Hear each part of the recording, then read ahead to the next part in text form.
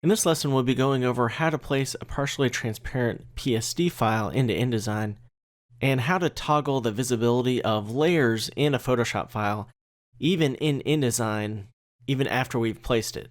So go ahead and open up tripod.jpg or some kind of raster image, a photo that you can follow along with in Photoshop. Just go to File, Open that up. And the first thing I want to do is duplicate this background layer so that we can work on a duplicated image. So press Ctrl-J on the PC or Command-J on the Mac. That duplicates it so that we have the original background layer and layer 1. And so let's say we wanted to place this image into InDesign but only have this camera. We don't want to just use the eraser tool and just erase around that area. We don't want to make a selection and select the outside of it and just press delete. What we want to do is use masking. So first we need to make a quick selection of this camera here, and there are many ways to do that. But for this one, the camera is pretty much differentiated from the background, and if not, we can fix it in specific areas. So we can use the quick selection tool on the tools panel there. And this is pretty small by default, so press the right bracket on the keyboard to resize it, or you can use this menu up here for size, click and drag that to resize it, and then hardness is just the edge of it, and I'll just keep it at the defaults for this one. And so if I just click and drag over this, we want to just brush on top of this camera and the tripod area. So we don't want to click over in this area. So if we do, it's going to add that to the selection. I'm going to press Ctrl or Command Z. We can hold Alt and that will toggle it to the opposite effect where we remove something from the selection, and without Alt or Option, we just click and drag and it will add it to the selection. We want to resize the brush here so that it's just going over this area, and that does a pretty good job. Of course, if I were doing this, I'd zoom in a lot more to make it a really good selection, but I'm just showing you the technique pretty quickly. We do want to subtract this area though, so I'm going to just zoom in there with the zoom tool, and then I'm going to go back to the quick selection tool, and I'm going to make it quite smaller here, and press Alt or Option, and then click once in there, click once in here. Now we've got a pretty good selection, but the edge is not quite right in some of these areas, so we can adjust that with another selection tool, for example the lasso tool, the polygonal lasso tool, some of these like rectangular marquee tool, elliptical marquee tool, and so on. For this, I'm just going to select the lasso tool, and whenever we want to add to it, just press Shift. So if we just click and drag, that's not going to work. That'll move that selection like that. And so we don't want to do that. And if we just click over here, we'll lose that selection. So we don't want to do that. We need to hold Shift, and then it will add to that current selection. So this is an example of using various selection tools in Photoshop to refine a selection here. So I'm not going to bore you with me drawing around this entire thing here. We could also use the pen tool, which we'll be going over later, but for this I'm just using some of the selection tools pretty quickly. So I'm going to skip ahead in this video. So we have a pretty good selection of this camera. I just fast forwarded a little bit so we don't take up too much time making that selection. So we have this selected here, and what we need to do, we could press Ctrl or Command J. That will duplicate that onto a new layer like that. But a better way is actually just to use masking. So we don't want to go to, for example, select inverse and then delete, because that's destructive editing if we mess up on the edge. And I'll just go back to select inverse so that we just have this camera and the accessories selected. So while something is selected, so if you have this as the example, we have the camera selected, we want to click on the bottom of the layers panel, add layer mask. If I click that, that adds this layer mask over here, and if I Alt or Option click it, we can see what it looks like. So I'm going to Alt or Option click it again to toggle it back to normal.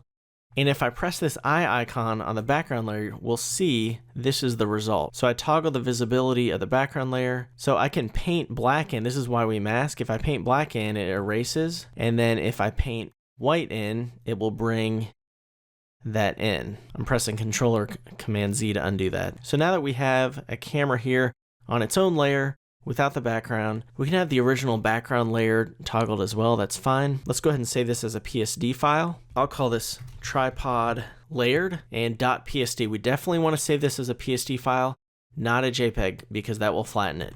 So save that as a PSD. And then now we can go into InDesign, go to File Place, and select Tripod Layered, the PSD file that we just designed. Replace selected item. If we have something selected, it will replace it, so let's uncheck that. And then Show Import Options. We do want to select that. Now, another way to get that without clicking on this, because then it will keep that toggled next time we place something, is to just hold Shift and press Open. And then we'll bring in the image import options as well. That's another way to do that. So now we are in InDesign, but we see these layers here. These are the two layers from our Photoshop file. So there's layer 1 and then there's background. With these import options, we can adjust the visibility of the layers. So if we toggle layer 1 off, we can just see the background layer. If we toggle background layer, then we just see layer 1. And here where it says update link options, when updating link, it says keep layer visibility overrides. So we're overriding the layer visibility right here. And so that's the default if we're changing something here. If we use Photoshop's layer visibility, what that means is it will use the toggled settings of the Photoshop PSD file itself. So for this, I'm going to keep layer visibility overrides and have layer 1 visible like that. Click open. And now I can click and drag or just click and place in this PSD file. And you'll notice we now have a partially transparent image. So you might not be able to tell, but if I click and drag on top of another photo like that, notice that we have transparency around layer that we adjusted. So if we add, for example, a rectangle and have some kind of fill and then send it to back, Control or Command Shift left bracket, now we have this image on top of it. So we have this partially transparent PSD file placed into InDesign.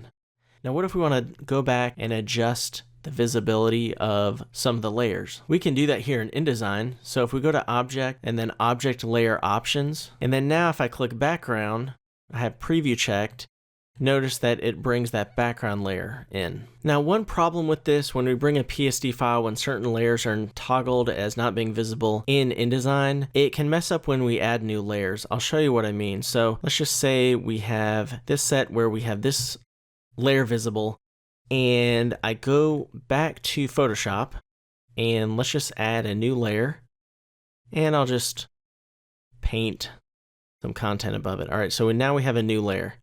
If I click File Save, so I'm saving over the triple layered PSD file, so I'm not going to save as. So I saved that, and now we've got this exclamation point, meaning the link has been updated. Same thing if I go to Window and then Links, double click to update.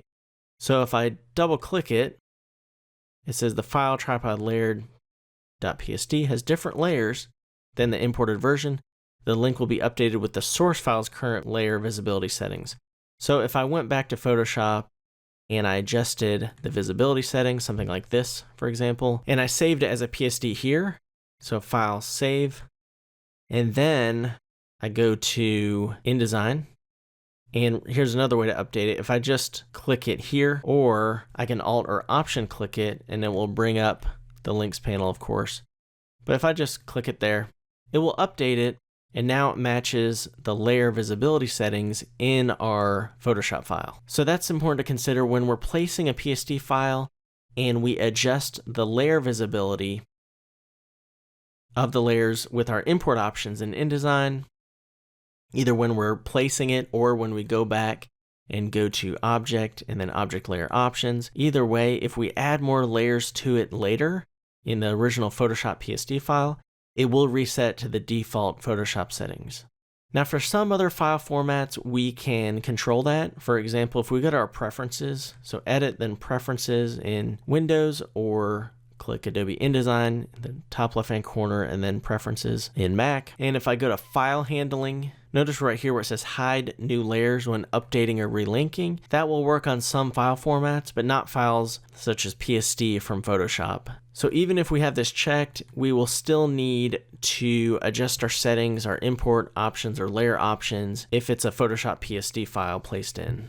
So that's how to create a partially transparent image in Photoshop and then place it into InDesign and adjust the layer visibility settings in InDesign. Now this relates not just to partially transparent images, but even if we had 15 layers of photos here with the background layer and we toggle the visibility of some of them after placing them into InDesign, we could do that as well. This is just an example to show why we use PSD, because not only does it keep the layers, but we also can have transparency in it. We'll also be going over layer comps, which is really helpful in Photoshop, including when we're placing those images in InDesign.